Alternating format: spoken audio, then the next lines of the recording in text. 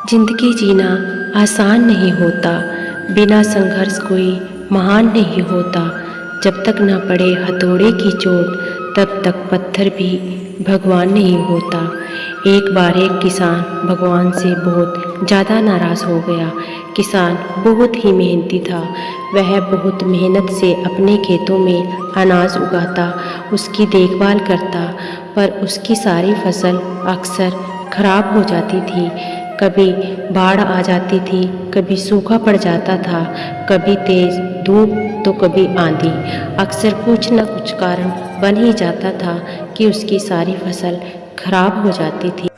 एक दिन वह गुस्से से आसमान की ओर देखते हुए बोलता है कि हे परमात्मा, मैंने सुना है कि आप सर्वज्ञाता हो, आप सब कुछ जानते हो।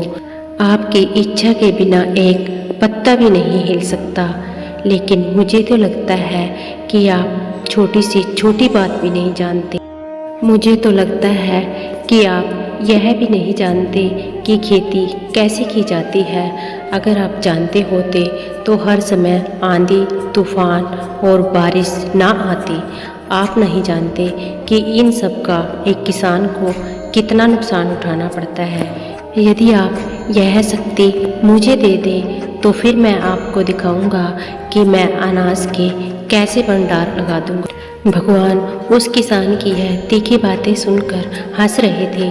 भगवान धरती पर प्रकट हुए और बोले कि मैं आज तुम्हें वह शक्ति देता हूँ कि आप जैसा चाहो अपनी इच्छा के अनुसार वैसा मौसम बना सकते हो। यह सुनकर किसान बहुत ज़्यादा खुश हुआ।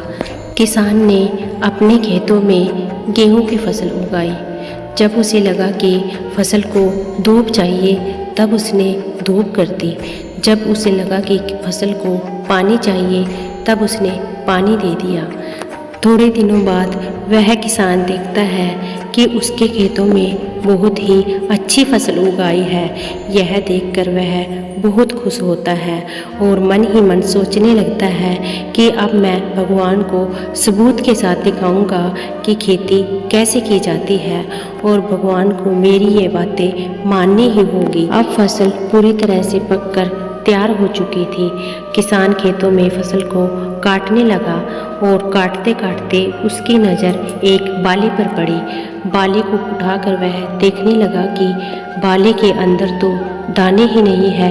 यह देखकर वह माथा पीट कर बैठ गया और भगवान से कहने लगा कि हे भगवान, आपने मुझसे ये किस बात का बदला लिया है? आपने मेरे साथ ऐसा क्यों किया? तब भगवान प्रकट होते हैं और बोलते हैं, बच्चा, यह तो होना ही था, क्योंकि तुमने जब फसल को पानी चाहिए था पानी दिया, जब फसल को धूप चाहिए थी धूप दे दी। तुमने फसल को संघर्ष तो करने ही नहीं दिया। तुमने पौधों को संघर्ष करने का मौका ही कहाँ दिया। ना तो तुमने उन्हें आंधियों से जूझने दिया और ना ही तेज बारिश और ना ही तेज धूप में तपने दिया। एक भी चुनौती का सामना तुमने उन्हें नहीं करने दिया। इसलिए सारे पौधे अंदर से खोखले हो गए। जब आंधी, तूफान, तेज बारिश और धूप पड़ती है, तभी ये पौधे अपने अस्तित्व को बचाने के लिए संघर्ष करते हैं और इसी संघर्ष से एक बल पैदा होता है जिसमें शक्ति होती है, ऊर्जा होती है। और यही ऊर्जा इन गेहूं के दानों में नहीं फूटी, क्योंकि तूने उन्हें कठिन परिस्थितियों से गुजरने ही नहीं दिया जहां उनके अस्तित्व का जन्म होता है। सारी बालियां इसलिए खाली हैं क्योंकि तुमने अपने पौधों को संघर्ष करने ही नहीं दिया। याद रखिए, स्वर्ण में स्वर्णीय आभा तभी आती है जब वह आग में तपने, गलने और हथौड़ों से पीटने जैसे संघर्ष से गुजरता है। कोयले का टुकड़ा हीरा तभी बनता है जब वह उच्च ताप और उच्च ताप की मुश्किल परिस्थितियों से गुजरता है। इसी तरह अगर हमारी ज़िंदगी में कोई संघर्ष ही ना हो, हम भी गेहूं की बालियों की तरह खोखले ही रह जाएंगे। विपरीत परिस्थितियाँ, चुनौतियाँ और समस्याएं हमें और अधिक निखारती हैं।